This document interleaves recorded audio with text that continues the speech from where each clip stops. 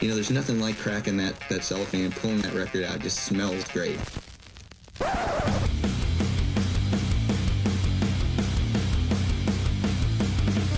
Welcome to BODS Mayhem Hour. Non-stop hardcore energy. I love the show, guys. You're awesome. Unlike any other. With your host, John the Bod, a.k.a. the Bodfather. Man, this stuff rocks. This is Chris. And Tim from High Castle Teleorkestra. And you're listening to BODS Mayhem Hour. The views and opinions of the guests do not necessarily reflect the views and opinions of BODS Mayhem Hour, its staff, affiliates, or sponsors. Parental discretion is advised. Welcome to BODS Mayhem Hour.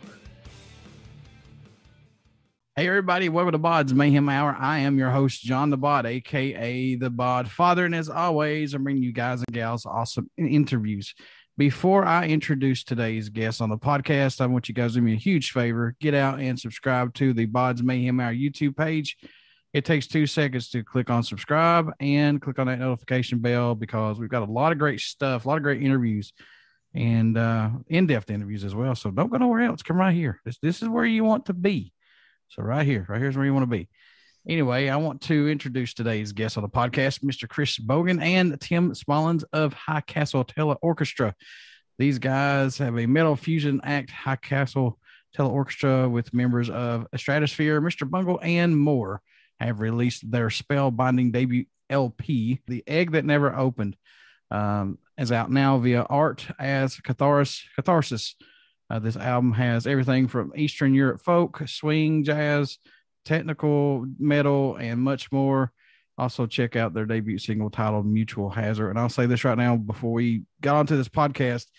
This album, these two LPs, man, are just like night and day. It's a full buffet of flavor of music, and just, yeah, if you like stuff like that, check these guys out. So, Chris, Tim, welcome to the podcast, and how you guys doing? We're doing great, or I'm doing great. Tim, you may be doing awful. Kind of mediocre. We're having some softball drama with my daughter's team right now, so I'm doing okay, though. I'm alive. Oh, better no. with me, right? No, not the softball drama. No. That's never good. That's never a good thing. We'll work it out. It always works out.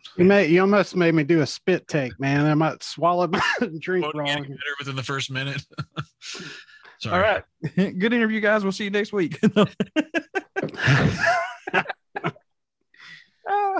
Tim, I got to ask you, you started out playing guitar and Nirvana came onto the scene. Was it the guitar style Nirvana that pushed you to playing bass, or what happened, man? Because let's talk about that. I was like a glam metal guitarist. So like all of a sudden I would actually get, I didn't get like terribly bullied at school, but the only way I ever get bullied, I would walk by and these guys that they didn't like me or whatever, they'd be like Shredder.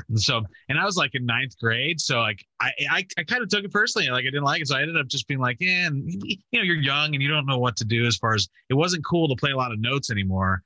So I switched to bass, and it was good because it ended up pushing us, we were stuck in the grunge thing, but then when Bungle came along, it kind of took us in that direction. But think about it, man. Them calling you Shredder's like a compliment. It's like, hell yeah, I am. What are you? There was an article. Let me show you this. Sorry. There was an article written about me in the local guitar center. See that little guitar player there? It's like this, and this was before grunge broke. So it was like, this kid will be a giant and blah, blah, blah. And they were making fun of me about was that there was like articles about me and he kicked ass or something like that. So yeah, it's really very traumatic memories, and I'm sure you dredge them up. Sorry, we'll have to call Dr. Phil on this one. I'm sorry. You know what you did, folks. No, never mind. I said, don't ask about the grunt. No, just kidding. Oh my God. So how excited are you both to have this debut album, The Egg That Never Opened, out now, guys? How's it feel to get it out and see everybody's reaction from it? Man, it's, for me, it's like the top of the mountain. I think I even texted Tim yesterday. This is like the most unlikely event of my 45-year-old life. Like just basically to be like, I've been into music and playing guitar for almost 30 years, but like I've never had anything released at this, even at this modest level. So, getting to do the work was amazing. And that is something that was enough, right? All the rest of this is extra, and it is really not. I didn't think I would care so much, but we've gotten some good reviews, and it does feel good. Made me feel real good.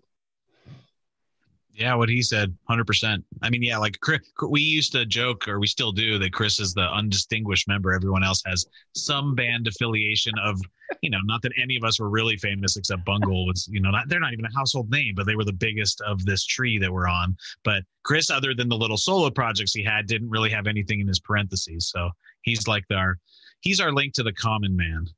Yeah, I'm the Hobbit. We like to say I'm the Hobbit character. Or actually, Tim's a Hobbit too, but it's just a different Hobbit. Very helpful, definitely a Sam, and I hate to bring that metaphor up, but yeah, we're stupid.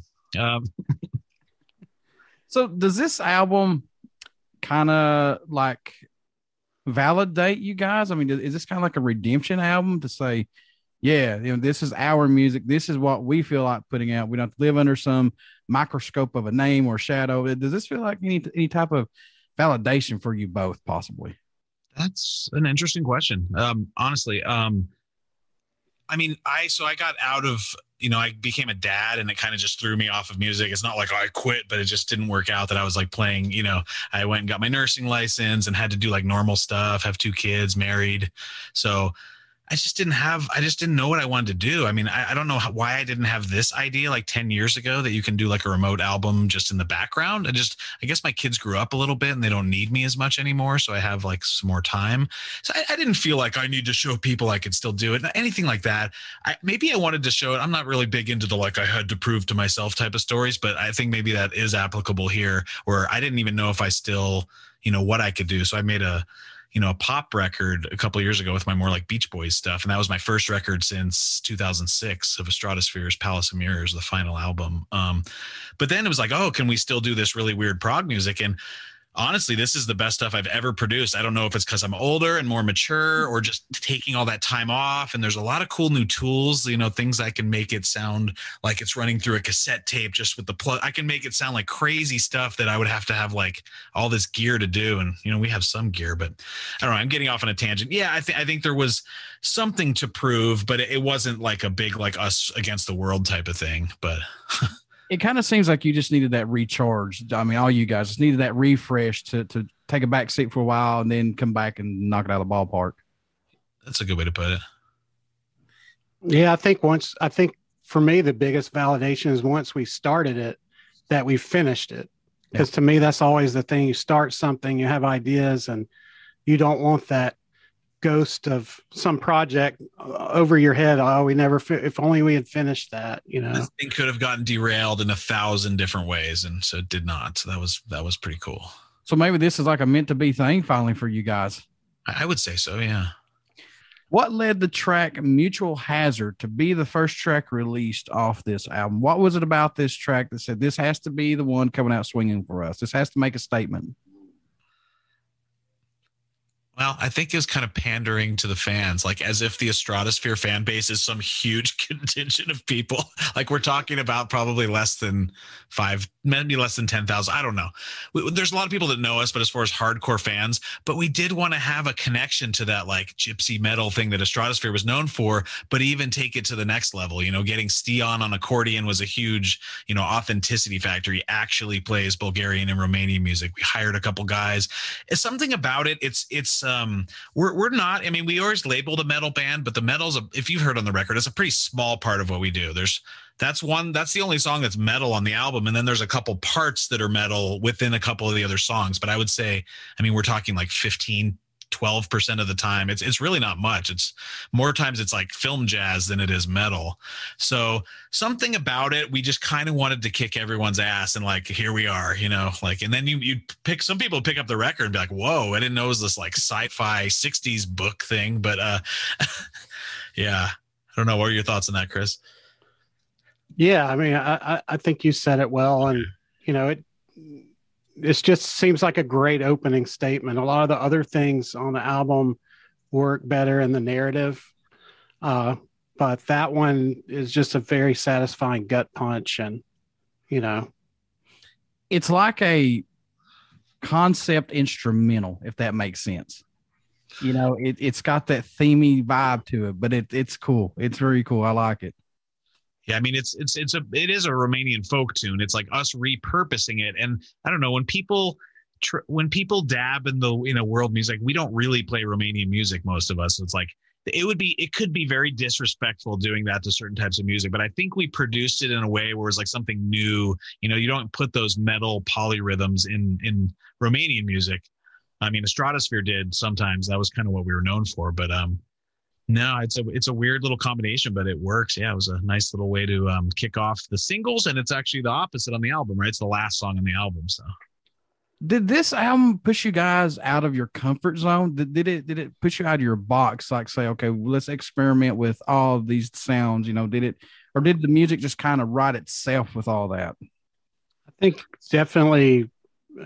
I think the most significant outside of comfort zone, and I'm kind of dodging your question a little, is just trying to fit this into our lives, you know, with our full-time careers and our family. And you wouldn't believe the sort of comedy situations that happen just to get these songs across the finish line. That was a little uncomfortable, just trying to stretch time and try to, if you've ever done music, you're used to getting in and, all right, we're going to spend 2 days and all we're going to do is this music and we're going to just get into it. And it just doesn't work like that for me. Like, I can't do that. So I have to figure out a way to keep the energy going over maybe a 2-week time or 3-week. But as far as musically, yeah, I exercised every musical muscle in my brain and picked up some things that I didn't have on some of the songs. I think we all had to do, probably even you, Tim, probably had to. What do you think? It pushes us as musicians, but like as far as like we need to expand and become more like the stuff that sounds really weird to most people is very natural for Chris and I. Like him and I both love exotica, like all these recordings from the 60s and just all this like really rich recording. So, you know, hearing a lap steel through some spring reverb with like a fuzz guitar tone that's being like run through some crappy cassette deck to get it, like that's just it's very natural for us. But yeah, like he said, the musician, some of the parts are super hard to play. That's the part. And then in our lives, it pushed our boundaries. But like, as far as our taste and like how out there the record is, that's like nothing could be more normal for us than doing just strange music, I guess. Is this what we're going to see from now on from High Castle Teleorkestra, or just have to wait and see what comes down the pipe from you guys? I think we've announced what it's going to, I mean, we're doing a trilogy, right? We can dive into that later. You probably have a question about it. Maybe you do. It's so far we're based on a Philip K. Dick book, and it's a 30 chapter book. And this album was the first 10 chapters. So for sure, we got 2 more albums coming of the next 2 sets of 10 chapters. And then, you know, that seems to be a good format for us, is just taking something that we use almost like it's the Bible and use it to sort of inform our songs. And it just helps kind of push our song. It's like a ghost pushing the songwriting process, because we'll open a chapter and they'll like mention a song and we're like, we're going to do that song. And like we just use it as if it was the gospel and go with it. Yeah. It kind of reminds me of Stanley Kubrick. Like a lot of the things he would do, you know, why would we? It's like we don't need to design a set. He'd send like people, a team of photographers out, like go photograph all the hotels you can find, all the hotel rooms, and he would say, okay, that one. You know, it's like having some things, making some decisions very early in the creative process kind of opens up possibilities for other things, right? Committing to something that's set and you sort of build on top of it. We don't flounder around with like, what are we going to do with this song? We kind of just go for it and we build on it and we'll refine it, but we don't toil over like, maybe we should have put in a different bridge or something. Like, I'm sure we're missing a lot of things, but if we let those details bog us down, we wouldn't have finished. So Sure. What about the trilogy? When did this come into effect? When did you guys realize, hey, this is going to be a trilogy, or was this even way before the album started commencing? Yeah, we decided that like right up front. Arbitrarily. I mean, we didn't know if we would actually finish the trilogy, but that was an early decision, even before, like Tim and I were the seed, I guess, of the group, and before we got other people involved, we were already delving through this book and like mapping out the albums. song titles even. It's kind of like when you're in junior high, sketching band names on your notebook and, can't play an instrument. You said this is going to be a trilogy, but are these all brand new songs or songs that didn't make a previous album or anything or no? That's the tough questions, man. We are a weird amalgamation of, it's largely original material, but like we were talking about before, Smuggle Mutation is a folk song. Like it's not even known who wrote those folk, right? These go back so far that we've readapted. We have, as far as like cover stuff, the first song on the album is from chapter 1, and the narrator is a record store clerk in Berkeley in the 50s, and he's commenting on all this music that's coming across his desk. So we're just like, that's going to be this weird mishmash of a medley. I could name you 20 songs that are in that medley. So none of that's original. So that's more of like an arrangement, right? And a production. But like, I can write songs, like plenty of the songs we wrote, but it doesn't matter to me whether I wrote it or whether we take some idea that I think needs to, or that we think needs to be produced differently. Like there's a Kurt Weill song in there. I don't know if you know who that is. He was a German Jewish composer who wrote a lot of like Broadway tunes and had to escape like Nazi Germany. But he's very famous in the like musical theater world, but he writes these incredible tunes, but the vocal on top is always one of those like musical theater, you're like whoa, whoa, whoa, whoa, every song. So you might not know that, like if you just played it on the piano, like, oh my God, that's the most beautiful chord progression I've ever heard in my life. Why not make it instrumental, which is what we did on the song At Last He Will. So we definitely have a fair amount of covers, and we don't really care whether it's like, for us, it's we want to make a cool record, and whatever ends up on there is fine with us. Now, this first album is, you've got a regular album, plus you got a deluxe album also, correct? What led to all this? Why add the extra one, or just put the one album out? Yeah, exactly. Yeah. I'm kind of stumped at the moment. It's like, yeah, why the hell did we do that? A lot of work. Because I don't know. We came out like when we announced the group, we did have a couple of singles that came out before the album because we wanted to get some excitement and interest and raise some funds to operate to finish the album. And we wanted to give the fans a lot in those singles. So if you look at those singles, we had all these bonus tracks. And I think we kind of set the expectation maybe that we were going to do that. And business model. Yeah. So it's like, we want to give you a nice, product, boutique product, so to speak. Now, the idea of that's great. It sounds amazing, but it did take quite a toll on us. The deluxe album, like we were literally Tim was literally working on the final files, like on release day. We were still uploading that stuff. So I don't know if we'll do that again. It turned out good.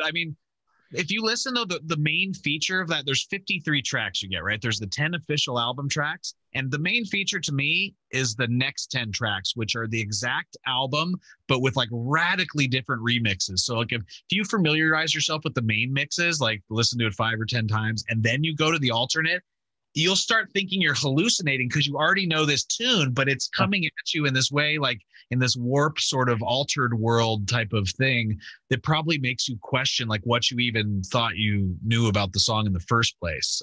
So it's a weird effect. I'm not sure anyone's really pulled that off before. I'm not trying to pat us on the back, but like it really is like another record. Like if you were to just burn those 10 songs on 2 CDs, the 10 and then the 10, and listen to them back to back, it'd be like a weird psychedelic experience. Oh yeah, for sure. Because like when we was talking to him, he's like, "Listen to the deluxe one first," and I was like, "Okay, I'll do it." Listen, oh dude, I listened to it. Go ahead. I don't think I said listen to it first. I said listen to it also, so that it exists. But I did, and you're right. It's like you listen to that deluxe one, you're like, all right, and you go listen to the second one, the first one. And it's like, what the hell? It's like, there's a part in this song that's freaking what they do. But it's good. I love stuff like that, though, B-sides of songs to see where they come from the infancy to where they were as an adult in a finished product. Man, it's so cool to see how that song is made and comes together. It's beautiful in a way. You know, and the other 33 tracks are no, slouches either. It's more like subtle stuff. Like, do you want to hear the analog tape mix? Because we mix all our songs to analog tape, like pro, because we're super like old school. We don't have all the analog gear, but we do everything we can to get this thing to sound warm. And then we'll decide, did we like the digital mix better, or we don't just automatically go with it because it's tape. So you'll get to hear things like that, or like just some sort of totally altered remix, but none more pronounced than that second set of 10, which is the alternate record that we call the decoy mixes. Or like you were saying, some of them are the demos of the song, so you get to hear where the idea started. And I'm also with you on that. Like, I like to, when I get deluxe versions, I always like to hear the demos and see, oh wow, this really grew a lot. Or sometimes you hear it and it's like, wow, this is really strong. Just like Bär's demos, like the Ramcheck accusation demo and Valve System A demos are really strong concepts, and we didn't stray quite a lot from them. I mean, we just kind of took what's there and, to it, but we didn't change his arrangement. And he was Bär's pretty primitive with his technology. Like he's not on 4-track anymore, but for a lot of these demos were from 4-track. So he literally is just like, I can record these 3, now I'll record this one. And he just has this perfect little skeleton of these oddball little compositions. So we're a big go with it. Like whatever's there, let's add to that, but we need to change this and this and this, Was there a track though that you were working on that totally ended up sounding different than it was intended to when it's first brought to the table? Was there one that just kept changing, or no, that you finally just said, screw it, let's leave it at this? We didn't know how any of them were going to sound, honestly, until we heard them like each time. So I don't know. That's another, you ask good questions, man. Thank you. I know in my song, the Placentia, like, just because I suck at, I don't have quite the same brain that Tim has. It took me a really long time to arrive at it. Like, so, the demo, we had one idea of how it would sound, and then, it eventually settled wherever it was, but it took a really long time. Just because I work slow. Yeah, it's not like, to me, I'm surprised. Like Placentia is a perfect one. Like Chris wrote that song and I kept thinking like, oh, I'm going to have to come in and save this. I do a lot of the arranging. Him and I do it together, but a lot of times I'll kind of take the lead on the tune and then I'll, ask him for what else we should do. But on that one, it was his tune. So I wanted to give him space, but like for the longest time, there was no melody. And so I'm like, maybe I'll write a melody. And I couldn't think of anything. Like I couldn't think of a damn thing. I'm like, I don't know. It's a cool groove. And then he comes in with this classic, like 60s sort of guitar ballad, but it's jazzier than surf rock. And it's just absolutely gorgeous melody that I couldn't possibly have conceived of. So like the tunes always just turn out, I don't know, whenever I made a good record, they always turn out better than you thought they were going to turn out. But it's not like I was that surprised. It was like just cool that it turned out good because we didn't know it was going to turn out this good, I love seeing your guys' reaction, your facial expressions and everything. I could tell you guys really enjoyed making this and you had a really good time with it. And I love seeing that reaction. That's the connection I like to see on these interviews like that, the joy and the happiness that went into these albums, because some of them are hell, but once the finished product is out, it's like, oh, it's our babies. We're like on that vibe, like we're in a little bit of a purgatory. Like part of being a band is that camaraderie and the guys get to sit around and listen to the mix. Like we don't get to partake in any of that. So these little moments are like all we really get. Other than that, we're just sort of, in our virtual worlds, working on the album, in separate parts of the world. So we have to take those little moments when we can get them. Yeah, I don't think we really established that. If listeners that are not familiar, it's like Tim's in Colorado, I'm in New Orleans, Timba's in France, Bär's in Australia, Stian's in Norway, and Dave's in California. So the chances that all of us will ever be in the same room together are not very good. Yeah. But it's a digital world these days, and you can always phone stuff in. So that's the beauty of it right now. We're doing. It's hard to do that well. I think one of Tim's big talents is being able to herd all of that together and make it sound like a natural performance. Finesse the recordings a bit. I wouldn't say, brutally edit, but I think some of the groove and feel, a lot of that comes from finesse that Tim does in the project files. Any track standing out more to you than any right now on this album? I know these are your babies, and I know that you guys have took time to do these, but do you have any that stick out for the both of you possibly? Almost any tune on the album. I'll go with the first song, The Egg That Never Opened. It's that medley we talked about earlier of all the songs he's mentioning in the book.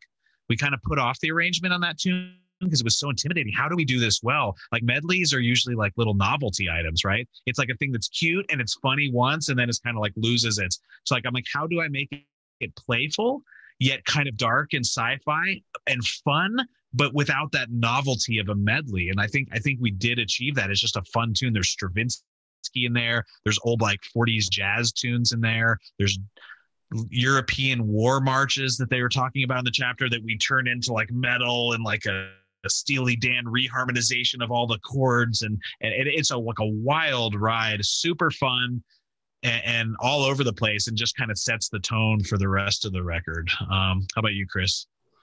Man, that's hard because you know, thinking about it as a listener, if I'm thinking about it from a listener perspective, I don't know, it might be one of Bär's songs today, but if you ask me again tomorrow, I'll probably tell you it's a different song. I'm just not good at answering those, but I guess today I think a lot about Bär's song Viola System A.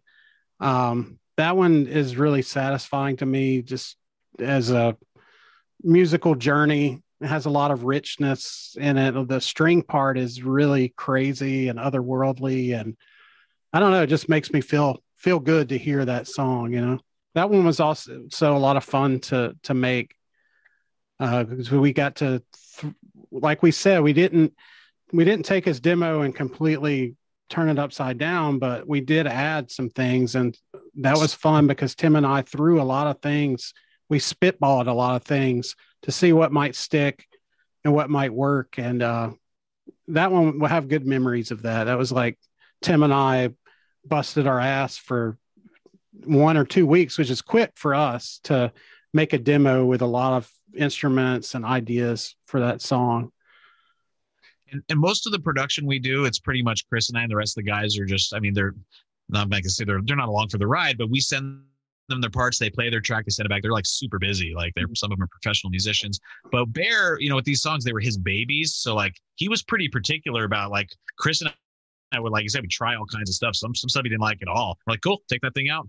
Then he'd say, why don't we try adding this? So we put something in, send it. That's pretty cool. But can you be like, he was very particular. So it's cool to work like that, because usually it's like me or Chris making those kind of decisions. But like, we also like deferring. It's fun because something different comes out of it. I usually keep too much stuff in. You know, people accuse me of being an overproducer, but like sometimes he likes it a little more minimalist, even though that's not how the song turned out.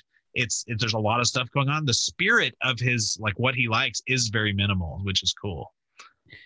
You have a lot of guest musicians on this album. Did you have a specific track you wanted them to do, or did they get to pick their own track to work on? How did this all work out?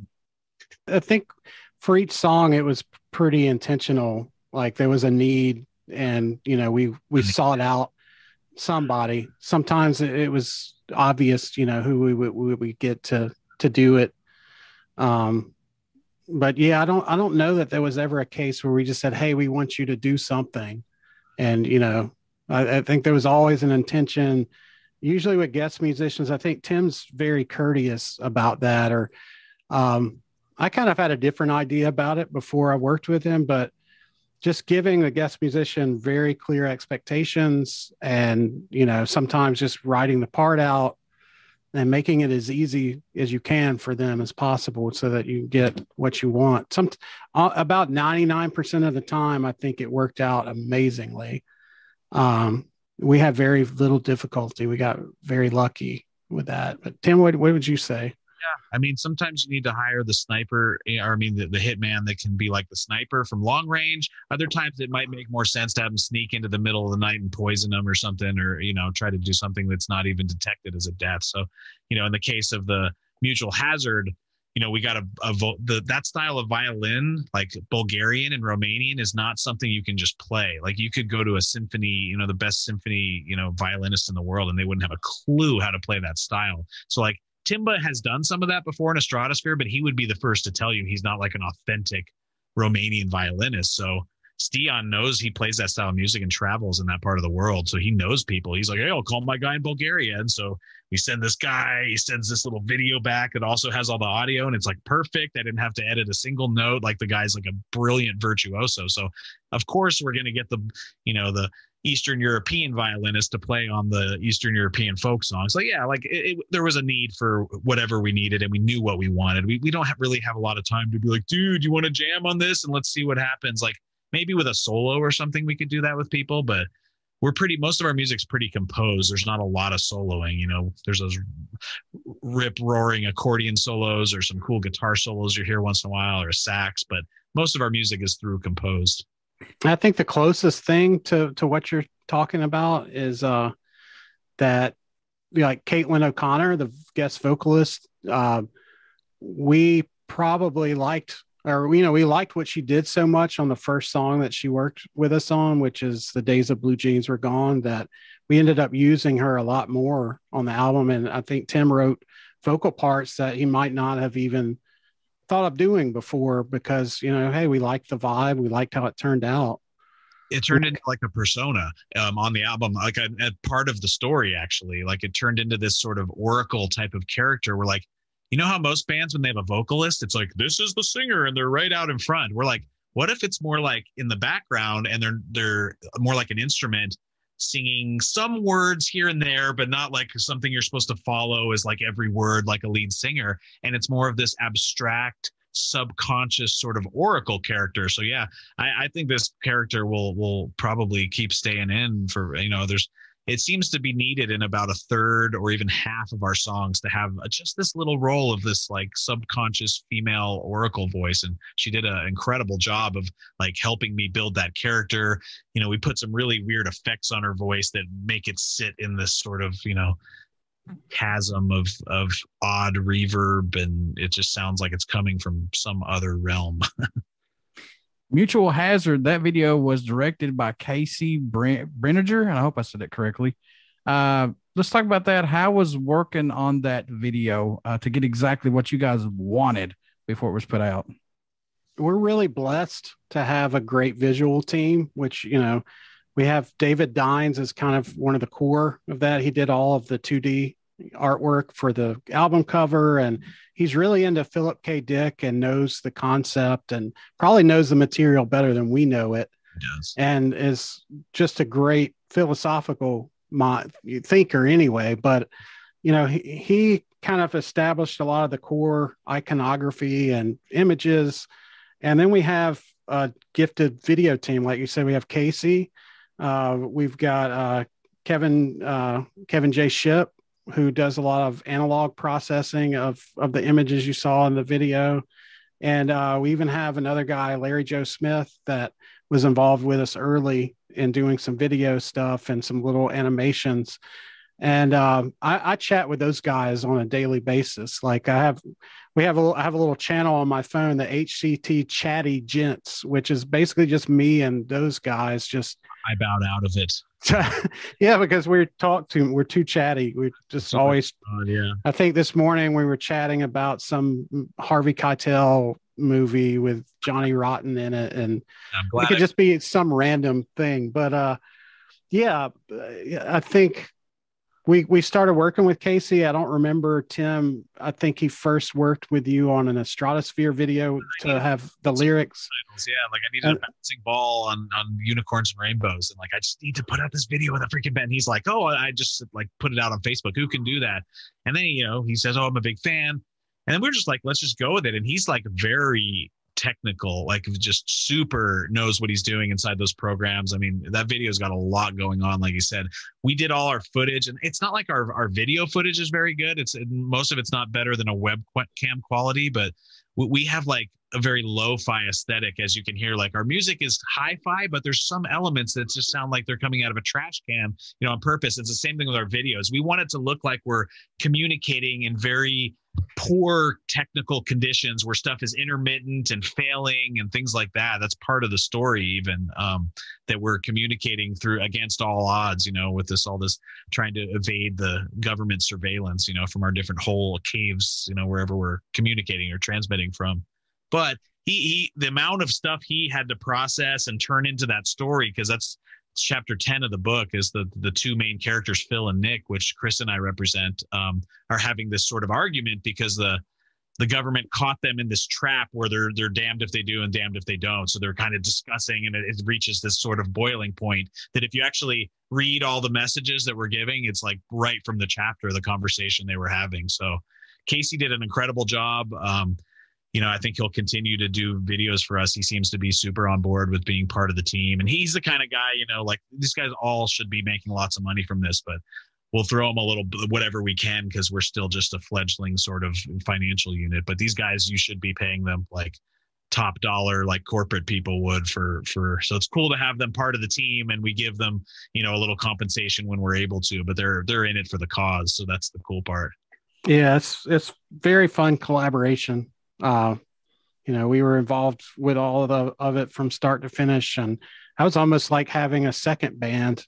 Really added a lot of creative energy and fun and camaraderie to our team. Did the pandemic allow the band to take more time to be more creative, or did that not have an effect on it? I love that you finally, somebody has asked this question because I've been waiting to answer it. You only get these great questions right here, folks, on BODS Mayhem Hour. Like those years with the pandemic was tough on everybody mentally. One of my pet peeves or, things that I envy was I would see on social media, these people were like, oh, I've got all this time now. And, I've learned how to speak 3 new languages and I've written my novel. And it's like, I have 3 kids at home and I have a wife, I have 2 dogs, and all of a sudden we are always in the house together all the time. And the kids are doing school from home. I had just taken a work from home job shortly before that, which was awesome. I still work at home, but now the kids are at home all day.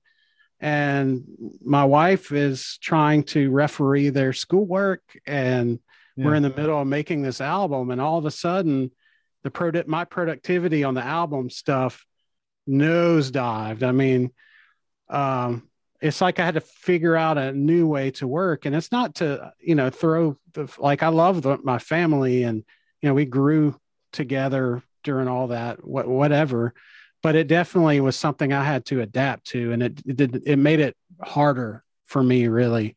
And, just sort of got me out of my comfort zone. I think it got everybody out of their comfort zone. It was such a disruptive event. But Tim, what do you think? I mean, I've said this on a couple other, places before, but people love a good story, right? And it's kind of silly to play up those angles, but like the story of this band is kind of unique, right? Like, and the pandemic provided this cover in a way to, like, since they can't be touring, they'll make music from home. Like, guess what? We would be here, like, regardless of what's going on. Like, I work for, and unless our band got to the point where we were like, but that's really far away where we could actually support a family with multiple families. I mean, we're so far from that point. So we would be doing exactly the same thing, but people love that story. Journalists love the story that's, they couldn't tour, so they're being forced to work from home, on the music. And like, it was really, I think what inspired it, the pandemic inspired, was the idea for the band. Like, just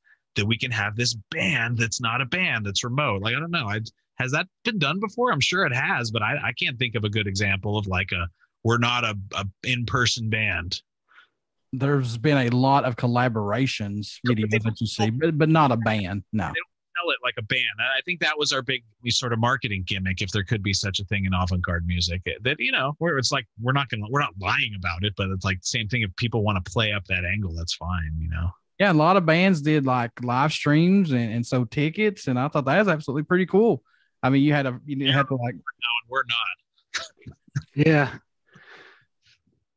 Yeah, you didn't have to like, fight people in the crowd. You just sit right there and watch it, but it didn't have that same feel of being there live. You know what I mean? It's not seeing them face to face. It didn't have that same feel.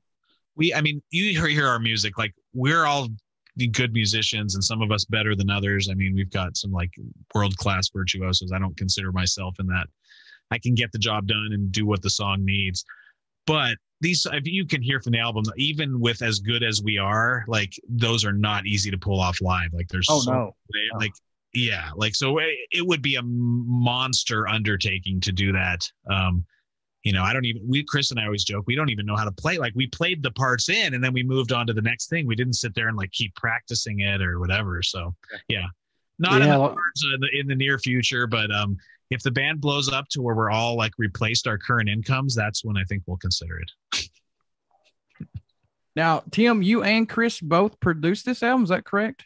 Yeah, we have like a partnership, like I think Chris would be the first to admit, like I have all the files, right? Like everything's being sent to me, but like I like camaraderie. So like Chris has never been like a full blown producer before this. Like he's done things, but like I like having someone to work with. So when we started working together, we didn't sit there and like talk about it. Like I'll be producer and you'll be my co-producer. Like we just like bouncing ideas off each other. And we're the kind that are like, oh, I just recorded this bass tone, like, and check out these notes. And they'd be like, dude, that's awesome. But do this or that. Like, and so we just have this very natural, where I look to have somebody else to like, I like having other ideas besides my own. So like him and I don't fight very often about stuff. And when we do, it's pretty good natured. Like if we have a genuine disagreement, but we work together super well with that sort of complementary, how do we bring this raw idea to a real, like, and if you were sitting here analyzing like hours and stuff, like I'm doing a lot more of like, I'm doing all the editing and stuff, and he's working on like his guitar parts, or maybe he's doing like synth keyboards. So he'll record stuff and then send it to me. So like, yeah, it's a producer and co-producer type of situation, but it helps me. I was always used to working with people like in Estradasphere. Our violinist now, Timba, was with me in Estradasphere. Him and I used to do tons of the mixing together, and I'm not a person who loves just sitting by myself. I like that sort of Boy Scouts camaraderie type of thing. And that's what, Chris and I sort of provide for each other, I think. Yeah. And we actually did get a little bit of time to mix in person. Like I visited Tim's house for 3 or 4 nights. One time last year. And we were able to mix 2 songs together in the same room. And kind of sad, right, that we're not still doing it, because we seem to get things done pretty quick. So yeah, and it was a blast. But yeah, I think me having a co-producer credit's pretty generous. I mean, there's a couple of the songs I have more to do, like up front with taking Bär songs and making the initial like demo of instruments and transcribing. But a lot of times I'm a sounding board, which you need. What's the growth musically, guys, you've seen from yourselves working on this album, if anything at all? Is there anything that's kind of like surprised you, or something that you guys have picked up that you can add to your repertoire of your musicianship? That's a good question. For me, I would say definitely that I've gotten better at playing with a flat pick. Like before the album, like I always like to do finger picking, and almost 99% of the time sitting around the house, I've got my thumb pick and playing, and it just doesn't work well for most of the songs. I do a little finger picking, but this album really had me going for the straight pick on most of the songs. So I got better at that. Now I'm rusty at my damn finger picking, but that's okay. I've picked up some skills. I played in weird time signatures, like isn't something I'd done a whole lot of before, but had to do it for the album. It's still a challenge, but definitely grew from that. Some new engineering tricks here and there. What about you, Tim? I mean, leave it to a guitar player to take a very general question and turn it into a guitar answer. No, I'm joking. Yeah, I mean, for us, the thing is, like, obviously we're a progressive band, right? Or an avant-garde band. You can easily put us in that, under that umbrella. Mm-hmm. But once you put us in that umbrella, we don't have that much in common with most things that are called progressive music. Like, take a band like Bungle, right? Like Bungle versus like Zappa or King Crimson, there's almost no connection, but you would easily could put them in the same, like, oh, they play weird music, right? I always had this thing in Estradasphere, and I don't always think we were successful of it, of like, how do I make the production? You know, Bungle was a huge inspiration for that, and the Beach Boys as well, and a lot of the stuff we listened to from the like European soundtracks, of just these amazing productions. It's not about doing a million notes per hour. So for High Castle, like, can we really distill that like science fiction-ness to the sound, right? We're based on the story. I don't want it to just be a bunch of proggy, wanky, you know, fast notes that are people love the time signature of. I wanted it to have a vibe and an aesthetic, you know, which is something I've always gone for. But I think we really hit the nail on this album. Like, it sounds right. There's certain songs where you don't even know what's going on with your speaker, because it's just like you're stuck in some wormhole on another planet for like 10 seconds, and then it zooms into something else. So like, there's this real science fiction that I think we imbued the songs with, vibe that really separates it from other progressive music that seems to be a little bit more focused on the sort of technicality of it. I don't really mean to demean that music so much, but there is something very different about what we do, you know, even though we're still doing fast notes and time signature changes and things like that.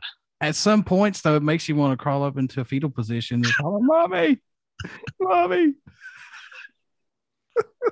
Guys, is there anything that you eventually want to add to a song that you've not done yet? Is there something you want to add specifically, maybe that's in your back pocket that you're saving? Well, we couldn't tell because we would ruin the surprise. But yeah, I mean, I think there's certainly other people that, like, there's parts of songs that we are working on or that we already have mapped out that we may have instruments we haven't used or people that we haven't worked with. I mean, there's certainly going to be some new things that we already have in mind. I'm just going to be mysterious and cagey and let Tim be more to the point. No, I mean, it's kind of like your answer before, right? Of like, did you, when you had guest musicians on, like we're not sitting here going like, we've got to find a place for a Santor. Like when the song comes and we find something like, oh, dude, that would be cool to have that. Like, that's what we're going to go with. So I'm sure we will have some new and unique instruments. And it's really like, who do we know as well? Like, who does someone know someone who plays the sitar? I mean, we can always find someone somewhere, but it's really just going to be about like, what does this song need? Not that we have to have this instrument or that instrument, right? What do you both hope everyone takes away while listening to this new album or these new songs by you guys? What do you hope they get from it after they're done listening to it? A smile and fun, really. My hope is that we're in this weird advertising mode right now. We spent all this time creating it, but now we're working with our record label on like publicists, like stuff we've never done before, like really even in Estradasphere. And really, we want to get the album out there. Like, so while I'm in advertising mode, I'm going to be very corporate and technical. It's like, I want us to be doing branding. I want people to get this band, right? This remote band in their head that it's a band that they like and they can't wait for the next record. Like I want them to explore those bonus tracks and realize there's more than meets the eye to each actual song that they thought was on the album, and just realize that there's this like experience that takes a little bit of time of investing time to learn those songs, right? You'd have to hear them 5 or 10 times each to really get a basic grasp on some of them. So yeah, my hope is that we're getting in people's heads and they're fans and they're waiting with bated breath for the next thing that comes out. And that seems to be the effect it's having, which has been overwhelmingly good. I do got to ask this because I know you've got a lot of collaborations that you're wanting to do on these albums, but there has to be somebody on that bucket list for the both of you that you specifically want to work with on one of these songs eventually down the line. Who is it, guys? It got to be one possibly for the both of you.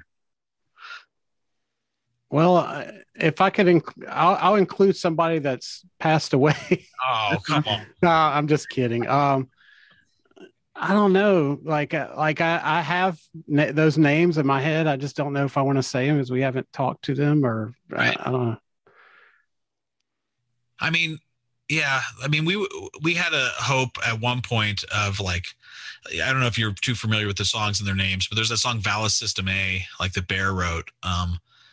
And Bär writes songs that sound like they're for Bungle, but it's not contrived. Like his music just sounds like this weird amount. I mean, he was in the band, but like he sounds like a weird amalgamation of all of the other writers in the band and his own unique style. But like you would listen and some of it almost sounds like he's writing for Mike. Like I love Mike Patton, love Mr. Bungle. I'm not the biggest Mike Patton, like I have every one of his records, and it wouldn't even be the first thing to come to mind, but like he would sound really great on that song on Ballad System A. I mean, the type of vocal parts that Bär wrote just seemed to be right in that alley. And if you listen back to that song and just imagine Patton on it, it would be pretty cool, I would say. Yeah, agree. I know you both had a lot of music growing up that you listened to a lot, and still this day you still have music that you listen to. But do you still have a go-to album or maybe a song that you find yourself going back to listening to from time to time that you cannot kick it out? You've got to go back and listen to it eventually. I'll probably just always go to Beach Boys' Smile. It was a lost record they did in 67 that is like right up there with, I'd put it in the same sentence as Disco Volante for most psychedelic masterpieces. It didn't really get released until like the fragments leaked out and they released the box set in like 2009. And then Brian Wilson remade his own version, which was cool, but obviously not as good as the old recording. So it was like this Disco Volante of the late 60s. So that's pretty much one of my go-tos.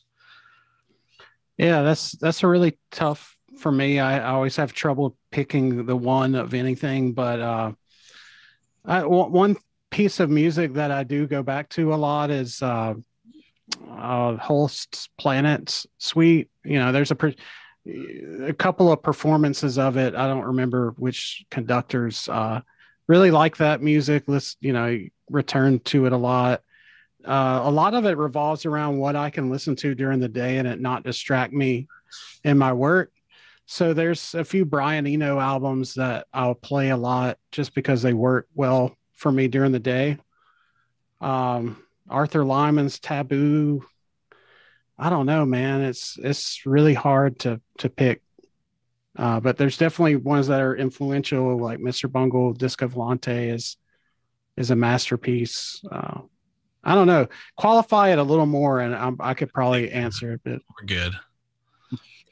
Yeah, folks, you want to get out and pick up High Castle Teleorkestra's new album, The Egg That Never Opened, out now via Art as Catharsis. I never can say that right. Catharsis. It's out right now. Please check out their single, Mutual Hazard. You won't be disappointed on this band, folks. If you like instrumental stuff, please give this band a fair shot. They do bring it on this album. Trust me. So Chris and Tim, how can folks stay in touch with you guys? Buy this album, everything High Castle Teleorkestra wise. How can you do that? We're big Bandcamp people. We do so Bandcamp, High Castle Teleorkestra. You can get the deluxe download there. You can also get the vinyl, which is like all our physical products are like collector's item. It's like double vinyl, audiophile grade, 180 gram, double gatefold. Super awesome artwork. And same with the CD is like people are buying it even if they don't have a CD player. It's like a book. It's like a 20-page digibook. It's got 2 CDs. So it's got the main CD and then that alternate mixes the second 10 tracks. And then there's a cool shirt. So all that's available on Bandcamp. You can also go to our website if you don't use Bandcamp and don't like it and get all the same stuff at our store, highcastleteleorkestra.com. There's an email list on the front page there that if you sign up, you get all these bonus tracks emailed right to you from different projects we've done. So it's a good deal there. So that's the main. Facebook, obviously. Before I let you go, would you care to do a promo for my show? Of course. This is Chris. And Tim from High Castle Teleorkestra. And you're listening to the BODS Mayhem Hour. Everybody stick around. We got some great stuff coming up, and you only hear these interviews right here on BODS Mayhem Hour. Please get out and check out our Facebook page. There's our podcast link and our YouTube link. And as I mentioned earlier, please subscribe to that YouTube link and hit that notification bell because that will tremendously help me out because we've got a lot of great stuff coming up. Also, check out High Castle Teleorkestra. Like I said, The Egg That Never Opened is out now via Art as Catharsis. You want to pick that up, pick up their single Mutual Hazard. Please, like I said before, give this band a fair shot. I'm telling you, you will dig them right now. And also, I just want to throw out a shout out to my affiliates, which is Metal Incorporated, Forum Obscure, which is a obscure art and album review magazine, online magazine. And you also want to check out Diary of the Madman, the Ultimate Ozzy Osbourne podcast with Dan and Josh.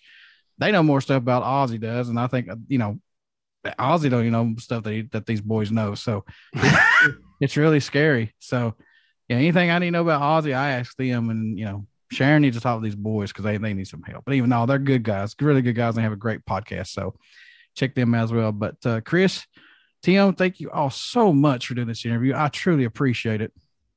We appreciate it. Thank you. Sorry, I'm talking over you. We had a great time, and we're super. We'll come on anytime you want to have us. Yes, sir. Yes, sir. I appreciate that. You guys have a good one.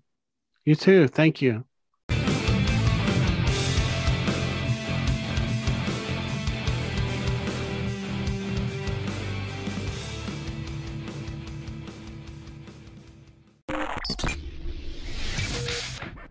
You're listening to BODS Mayhem Hour. Follow us on Facebook, Twitter, and Instagram.